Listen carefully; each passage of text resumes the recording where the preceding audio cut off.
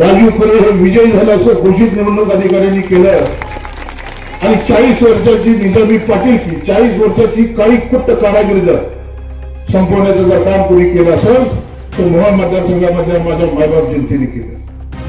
लोकांना हे मान्य नव्हतं, लोकांना बाबासाहेबांची लोकशाही पाहिजे होती, परंतु बाबासाहेबांची लोकशाही गेली 40-50 वर्ष या मोहोळ तालुक्यामध्ये कधीच अस्तित्वात आली, म्हणून त्या मनासारखे निर्णय घेण्यात आले, सरकारी कार्यालय पळवण्यात आले। हे सोडा मोहोळ तालुक्यामध्ये आया बहिणी सुद्धा सुरक्षित नव्हत्या, अशा पद्धतीचं वातावरण अनगर पाटलांनी निर्माण केलं होतं आणि म्हणून मोहोळची जनता वाट बघत होती। 20 नोव्हेंबरला मतदान झालं, 23 नोव्हेंबरला निकाल झाला। दादागिरी, दडपशाही, झुंडशाही, खुंडशाही, झुंडशाहीच्या विरोधात मोहोळची जनता रस्त्यावरती उतरली आणि जवळजवळ 1,25,000 मतदान मला झालं आणि यशवंत मानेची गाडी 95,000 अडकली। येणारी जिल्हा परिषद, येणारी पंचायत समिती आणि येणारी ग्रामपंचायत यांना नेस्ता नाबूद केल्याशिवाय आपल्याला स्वस्थ बसायचं नाही। आज मोहोळमध्ये दादागिरी, दडपशाही, तानाशाही आणि झुंडशाही पाटील साहेब बिलकुल चालू देणार नाही, लक्षात ठेवा, याद राखा। आमदार राजू खरेशी घाटायची बिलकुल घाबरायचं नाही। या गावातील सर्व उपस्थित ज्येष्ठ मंडळी, महिला भगिनी, माझ्या बरोबर आलेले माझे सहकारी शिवसेनेचे जिल्हा प्रमुख चरणराजी चौरे, दुसरे माझे सहकारी नजीक पिंपरीचे सरपंच पहलवान सुनीलजी पाटील, माझे सहकारी मित्र आज या कार्यक्रमाला उपस्थित राहिले असते, परंतु अकाली निधनाने त्यांचा मृत्यू झाला। माझ्यावरती जीवापाड प्रेम करणारे पांडुरंगांना बचुटे आज ती नसली तरी की त्यांच्या सौभाग्यवती अर्चना बचुटे, त्यांचे चिरंजीव भैया, सर्व उपस्थित नागरिक बंधू आणि भगिनी,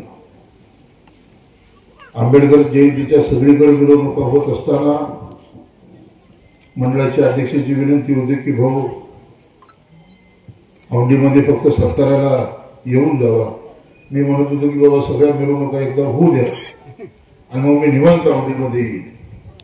औंढीला यायचं होतं, औंढीने मला भरभरून दिलं होतं, समाजाने भरभरून दान आपल्या पारड्यात टाकलं आणि मग आपली भेटीची माझी इच्छा होती, परंतु मंडळाचे अध्यक्ष खूपच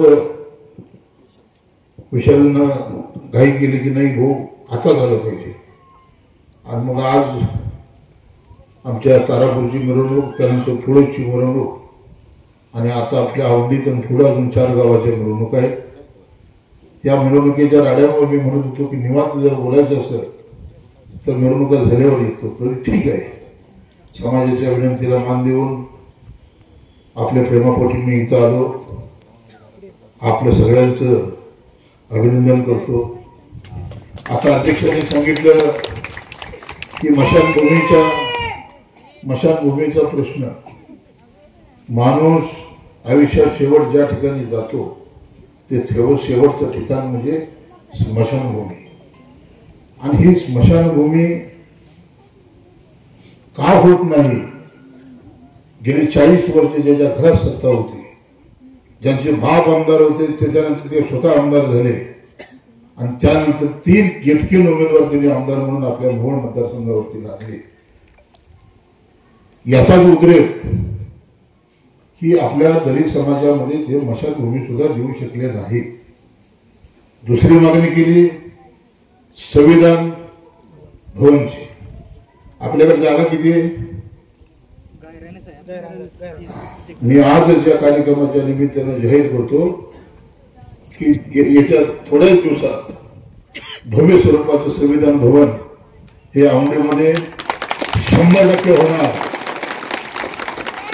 कारण मी राजू खरे, मी खऱ्याने वागणारा माणूस आहे। एकदा शब्द दिला तो पहिल्यांदा माहिती आहे की गर्दन बिकट देऊन चलेगी लेकिन जुबान नाही कधी। त्यामुळे येत्या 2-3 महिन्याच्या काळामध्ये आपल्या या औंढे गावामध्ये भव्य आणि दिव्य स्वरूपात संविधान भवनचं काम चालू होईल आणि 6 महिन्याच्या आत संविधान भवनचं काम पूर्ण होऊन माझ्याच हस्ते भूमिपूजन होईल आणि माझ्या शुभास्ते उद्घाटन होईल असं या जाहीर सत्काराच्या निमित्तानं मी समाजाला आश्वस्त करतो. बांधवांनो, आज आंबेडकर जयंती मोहोळ तालुका सोलापूर जिल्ह्यासहित महाराष्ट्रात नव्हे, देशात नव्हे तर पुऱ्या विश्वभर मोठ्या सन्मानाने होते. बाबासाहेबांसारखा ज्ञानी माणूस ह्या भूतलावरती पुन्हा जन्म घेणार नाही इतके ज्ञानी आपले बाबासाहेब होते. आणि मग घराघरामध्ये, गावागावामध्ये, तालुक्यामध्ये, जिल्ह्यामध्ये, महाराष्ट्रामध्ये, देशामध्ये नव्हे तर 7 समुद्राच्या पलीकडे जरी गेला तर अमेरिका असेल, ब्रिटन असेल, लंडन असेल, रशिया असेल, तिथल्या मोठमोठ्या विद्यापीठाच्या समोर बाबासाहेब आंबेडकरांचा पुतळा उभा केला जातो. बाबासाहेबांची कीर्ती ही 7 समुद्राच्या पलीकडे गेली. आणि मग या मतदारसंघात 2009ला आरक्षित झाला. 2009ची निवडणूक झाली, 2014ची निवडणूक झाली, 2019ची निवडणूक झाली. तिन्ही निवडणुकीमध्ये बाहेरून गेटकेन उमेदवार आणून स्वतःची निजामी पाटलकी चालवण्याचं काम आंबेडकर पाटलांनी केलं. आणि मग आम्ही ठरवलं की कुठल्याही पद्धतीमध्ये बाबासाहेबांचे लेकरू महाराष्ट्राच्या विधानसभेत आमदार म्हणून गेलंच पाहिजे. आणि मग 19ला आम्ही कामाची सुरुवात केली. 18ला कामाची सुरुवात केली. मध्ये कोरोनाचा 1.5 वर्षाचा काळ गेला आणि 7 वर्षाच्या अथक परिश्रमानंतर मोहोळचं तहसील कचेरी अनगरला गेली. मोहोळचं सब रजिस्टर ऑफिस अनगरला नेलं. मोहोळचा जनावरांचा बाजार अनगरला नेला आणि सारं काही अनगरला येऊन जाऊन मोहोळ हे शहर बकास करण्याचं काम, मोहोळची बाजारपेठ उद्ध्वस्त करण्याचं महापाप आमदार यशवंत माने व माजी आमदार राजन पाटलांनी केलं. बांधवांनो, 20 नोव्हेंबरला मतदान झालं. मोहोळ मतदारसंघामध्ये एक सरंजामशाहीच्या विरोधामध्ये मतदान केलं. मोहोळ तालुक्यामध्ये असणारी जी निजामी पाटीलकी होती ही पाटीलकी संपवायची या निर्धारानं 20 नोव्हेंबरला खऱ्या स्वातंत्र्याची पहाट उगवली.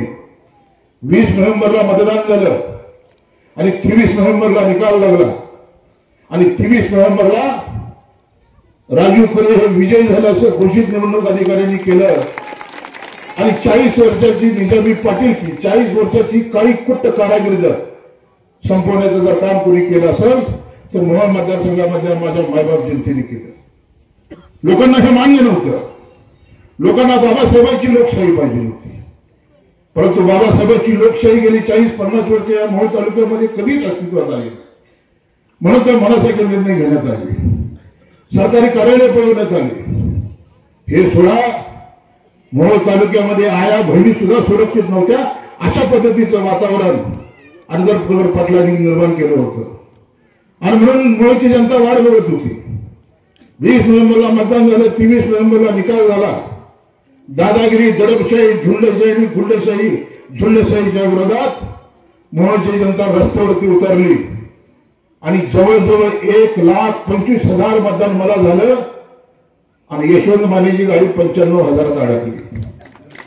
तब्बल 31,000 मताधिक्यांनी मला या मोहोळ मतदारसंघातल्या मायबाप जनतेने विजयी केलं. त्याच्यामध्ये आपला सिंहाचा वाटा आहे. मोहोळ हे सुंदर शहर म्हणून उदयास येईल जे 40 वर्षापूर्वी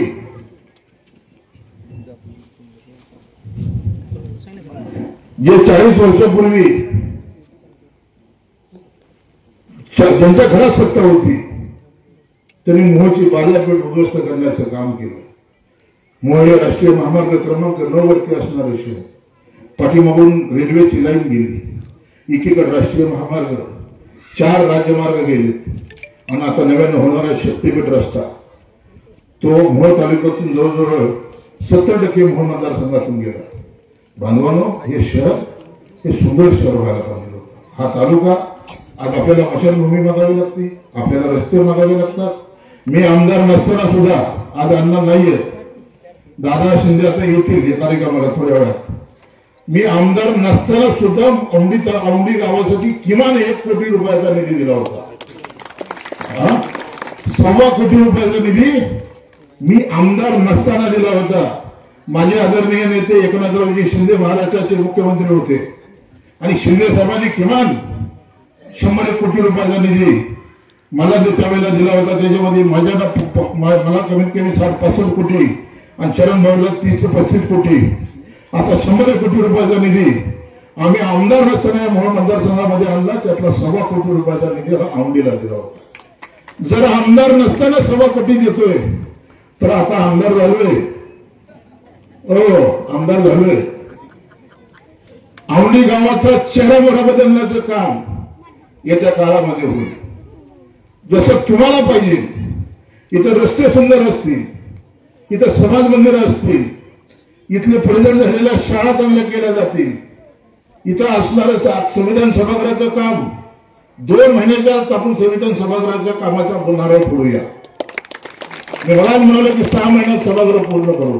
काय बनवाल तुमच्या तिकडे मी एक मोठी पैलवानाची तालीम तयार करायची आहे. नजीक पुढे हात मारले की पैलवान तिथं आले पाहिजे मोहोळच्या नाक्यावरती.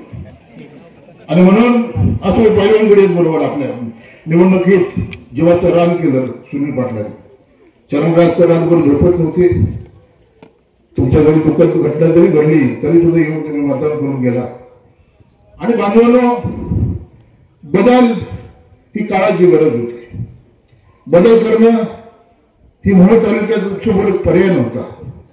एक जुलमी राजवट जसा हैदराबादचा निजाम वागला तशा पद्धतीने आनंदराव पाटलांनी निजामी पाटीलकी केली. आणि ती काळी कुट्ट पाटीलकी 23 नोव्हेंबरला या मोहोळ तालुक्यातून हद्दपार करण्यात आली. पुन्हा एकदा मी आश्वस्त करतो, समाजाला कळकळीचे हात जोडून विनंती करतो. विनंतीच नाही तर मी भीमाचा बच्चा आहे म्हणून तुम्हाला हात जोडून विनंती करतो. येणारी जिल्हा परिषद, येणारी पंचायत समिती आणि येणारी ग्रामपंचायत यांना नेस्ता नाबूद केल्याशिवाय आपल्याला स्वस्थ बसायचं नाही. नुकता विधानसभेत बदल केला, विधानसभेत आपला आमदार केला म्हणून आपल्याला चालणार नाही. बाबासाहेबांनी या देशामध्ये उद्योगपती रतन टाटाला एक मत दिलं आणि रेल्वे स्टेशनवरच्या हवालाला सुद्धा एक मत दिलं. टांगेवाल्याला बी एक मत, रिक्षावाल्याला बी एक मत. सगळ्याला लोकशाहीमध्ये मतामध्ये प्रत्येकाला अधिकार दिला. पूर्वी राजा आईच्या रुद्रातून निर्माण व्हायचा. बाबासाहेबांनी या देशाला ज्यावेळेला संविधान दिलं त्या संविधानामध्ये अशी गणबाजी मेक मारली की राजा हा आईच्या पोटातून नव्हे तर मतपेटूतून तयार होईल. आणि ती खरी प्रक्रिया 23 नोव्हेंबरला मोहोळच्या जनतेने केली. बांधवांना हा फार मोठा विजय आहे. राजमार पाटील साहेब झोपा लागत नाही. यांना आमदारकी दिली, 70-80% माणूस जायचं बंद झाले. अशी परिस्थिती निर्माण झालेली आहे. म्हणून बांधवांना तुम्हाला विनंती करतो, येणारी निवडणूक जिल्हा परिषदेची लागल, पंचायत समितीची लागल. एक लक्षात ठेवा की बाबासाहेबांची लोकशाही 23 नोव्हेंबरला या मोहोळ तालुक्यामध्ये खऱ्या अर्थानं आली. स्वातंत्र्याची पहाट 23 नोव्हेंबरला मोहोळच्या जनतेने पाहिली. आज मोहोळमध्ये दादागिरी, दडपशाही, तानाशाही आणि झुंडशाही पाटील साहेब बिलकुल चालू देणार नाही. लक्षात ठेवा, याद राखा. आमदार राजू खरेशी गाठायची बिलकुल घाबरायचं नाही. कारण आमदार आपला झालाय. उद्या जिल्हा परिषदेचा सदस्य आपला झाला पाहिजे, पंचायत समितीचा सदस्य आपला झाला पाहिजे, ग्रामपंचायत तर आता आपल्याच विचाराचे आहे. आमच्या माझे सर्व सहकारी मित्रांच्या ताब्यात ग्रामपंचायत आहे. आणि या ग्रामपंचायतला सुद्धा येणाऱ्या काळामध्ये प्रचंड मोठ्या प्रमाणामध्ये निधी दिला जाईल.